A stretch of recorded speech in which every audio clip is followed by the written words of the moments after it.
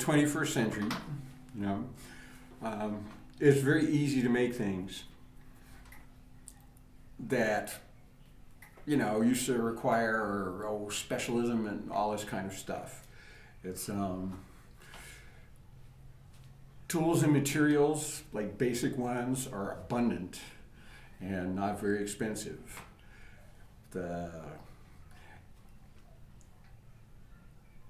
If you don't know how to do something, you can go on YouTube and somebody will show you how to do it.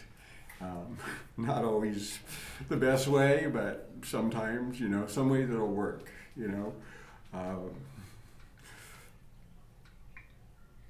When I started out, my shop was about 6 feet by 10 feet, and I had a welder, a drill press, and a grinder, and then just kind of basic tools that anybody who sort of takes care of their life a little bit would have around, you know, wrenches and screwdrivers and pliers and, you know, a vise, you know, just simple stuff, you know. And I made things with that. At that time, there is no steel yard kind of anywhere near where I was living, so I got all my material out of the local landfill recycling roll-off, you know. It just wasn't hard to do, you know, and, you know, like, we can make things. That's what our species grew up doing, right? Is we're the tool makers, even though they found out birds use tools and all kinds of critters. Like, we're not as cool as we think we are, you know. Anyway, we have this capacity to do things, and we have this capacity to make things, and it's not prohibitively expensive, and it's not incredibly difficult. You know, you learn a technique, you learn another technique. You know, you obviously get better at it, but it's not very hard to do. And then you balance that with like, why are the tools we use to make music still the same ones they had, you know, almost 300 years ago? I mean, what's up with that? You know, like, you make a tool to do something, you know, and that's the human procedure, right? You know, and so instead of stressing ourselves out making these 300 or 250-year-old tools like the standard conventional instruments, instead of trying to make those make the kind of sounds and do the kind of things that we hear now and want to do,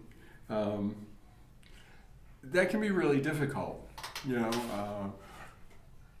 If you're interested in like modern music, I went through this phase of, you know, studying serialism and like that, and man, that's hard to do on a guitar, you know. It's and a guitar is one of the more folksy, easier instruments. Like the orchestral instruments are more difficult to play and expensive, more difficult to come around, you know, all that kind of stuff. The thing is, it's like perfectly available. Like, you can make an instrument that does what you want it to do, you know. That should be our relationship with them, instead of these sort of mountains we have to climb, you know, which is kind of the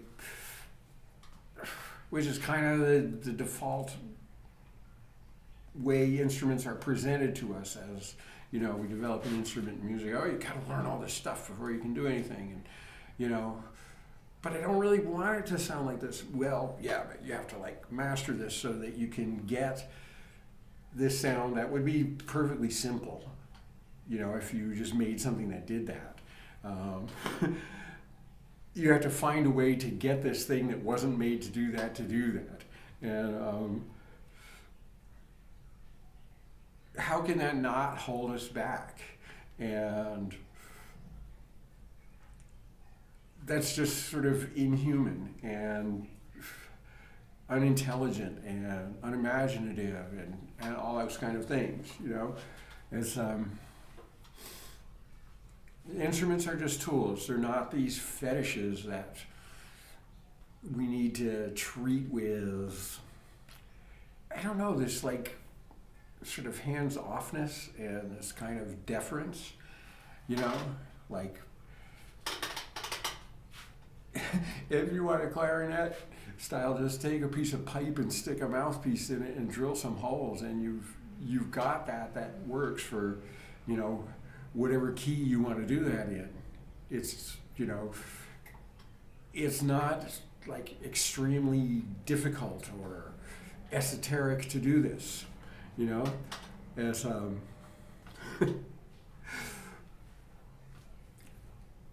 that as an approach, you know, like we're tool makers, we're problem solvers, we're imaginative, like let's use that in music instead of this kind of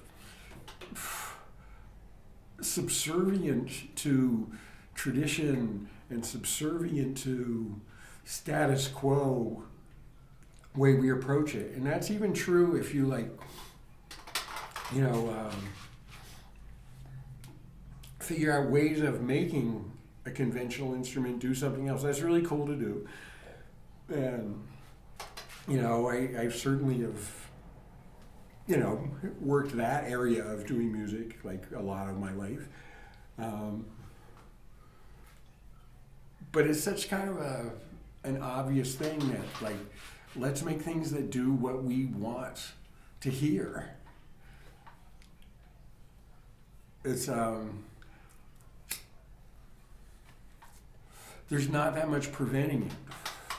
It's, you know, I mean, some people like, I remember there was a guy who used to come to the car shop who would just like destroy everything he touched. And, you know, our job was to like fix stuff he broke on his car, you know. My boss said there's some people who should just not be allowed to ever touch a screwdriver. And so, you know, for folks who just aren't able to get that at all, like, okay, you know, I'd be willing to bet that guy, I mean, I haven't seen him in 20 years, but I'll be willing to bet he like stopped breaking things after a while and like, you know, kind of improved his skills, you know. You know, because like I ruined and fucked up a lot of stuff. Like that's how you learn how to do things, you know, is you make mistakes and you don't make that mistake again. Pretty simple, you know.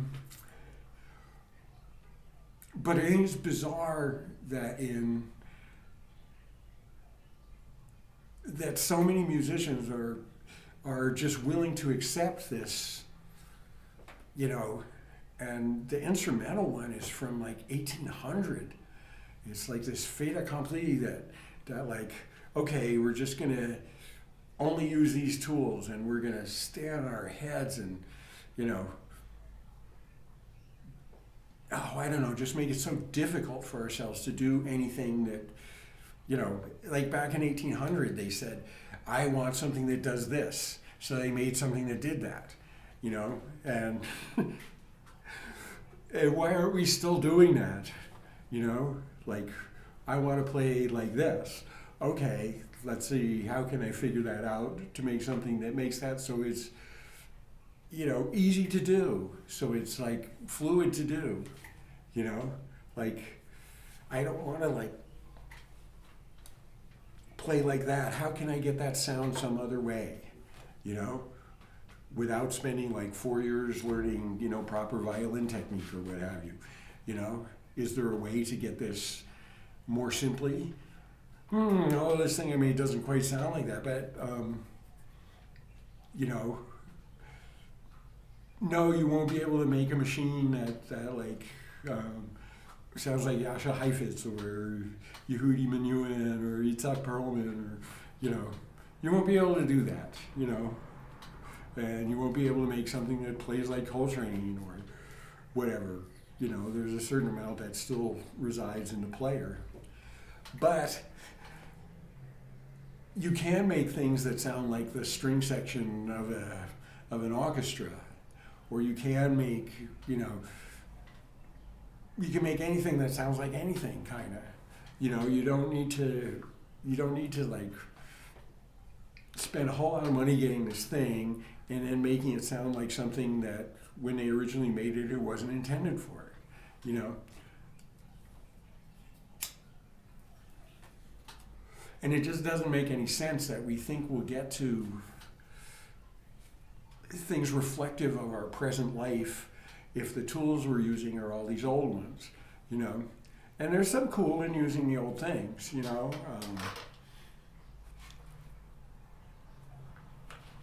Yeah, I know, oh, I don't know, people who've read the Eric Sloan books about woodworking, you know? That's beautiful, cool stuff. And there's, this guy Vagers wrote books about blacksmithing, you know? Which was kind of sort of what originally got me interested in metalworking was that. There's this elemental, old-timey, like, rooted in, you know, old village culture in the days before they had electricity. And very elegant solutions to how to make things work and stuff like that. And that's all really cool. And musicians who do that, that's all really cool too. You know, not a knock, you know. Don't knock other shit, just like do what you want to do, you know. So anyway, just, you know, we don't have to use all these things they kind of settled on a few hundred years ago to make music with. And we also don't have to use the thing they invented today, you know. Like right now, a lot of music is extremely cyber-based and technological, and that's really cool stuff too. You know, if I were interested in that, I'd be doing that all the time, right? Writing codes and, you know, all kinds of things. It's amazing what they do. You know, hats off to those craftsmen as well. And if that's your craft, do it that way, you know? There's no reason to close these doors, though. There's no reason to just need to buy the latest thing from those people any more than there's a reason to just use the stuff they used 250 years ago. You know, like, address a concern. You want to get this sound, you know, figure out how to get it. You want it to play a certain thing, well, make it so it tunes that way. Make it so it sets up that way, right? Instead of making it really difficult for yourself all the time. That's kind of all the thing, you know, that's kind of the whole point. You know, make this so it works. Make this so it works. We're human beings. We invent things. We discover things. We have ideas. We like, you know, it's just not that hard. And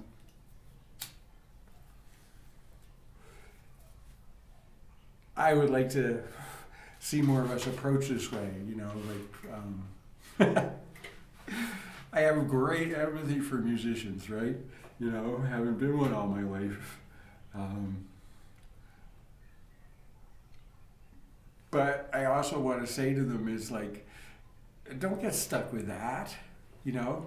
Like, put some imagination into the tools that you're using. Put some, you know, put some thought into that. Put some creativity in on the bottom line, too. Yeah?